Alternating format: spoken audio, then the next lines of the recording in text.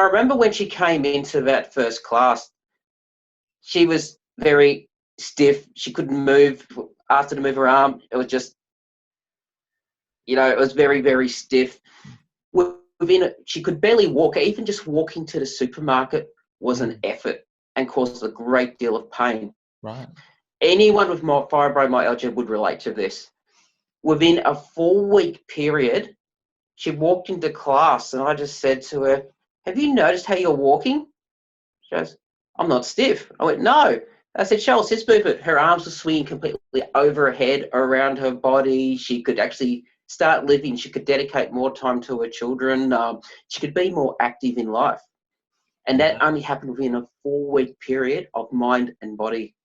I'm feeling like I should come along because I've been painting all weekend and I've got arms that need a bit of what's it called? Qigong?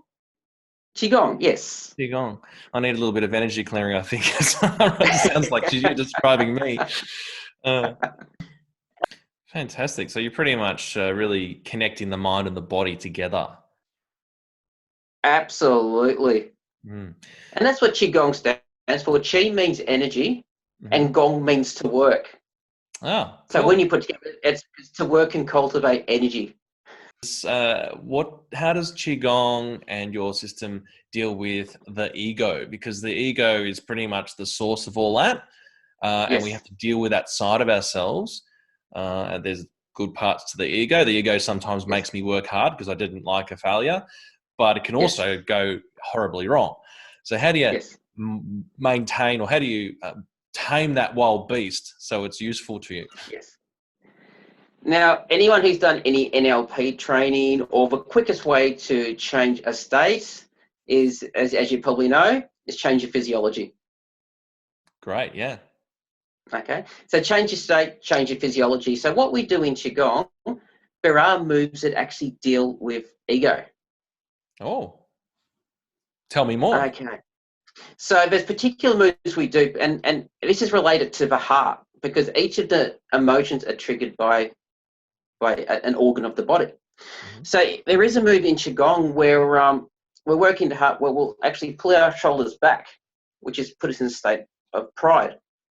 And if you pull your shoulders back, you'll actually feel that straight away. And you stand up straight and you're pulling back. It's good. I've got a swag. But from that move, we roll the shoulders forward and we slump forwards. And that's a state of unsure. That's a state of, not super confident. That's a state of. So basically what we do, it's a continuous move of back, then forward. By doing a continual back and forward, we're pulling ourselves into balance. We're not going to exerting too much ego. We're going to experience the ego, but then we're going to pull ourselves back down the other way. But with practice, we're going to start following the middle path.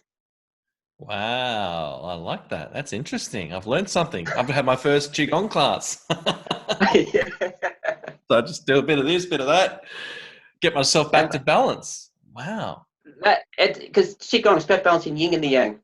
Yeah. And by doing the opposites, you're creating that balance, and you're practicing those opposites to create that balance.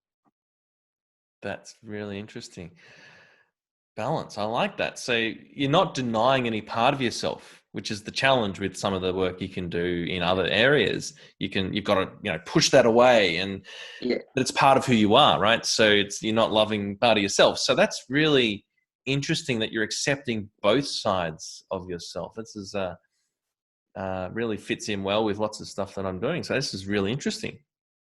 Yes, that's powerful. Qigong is.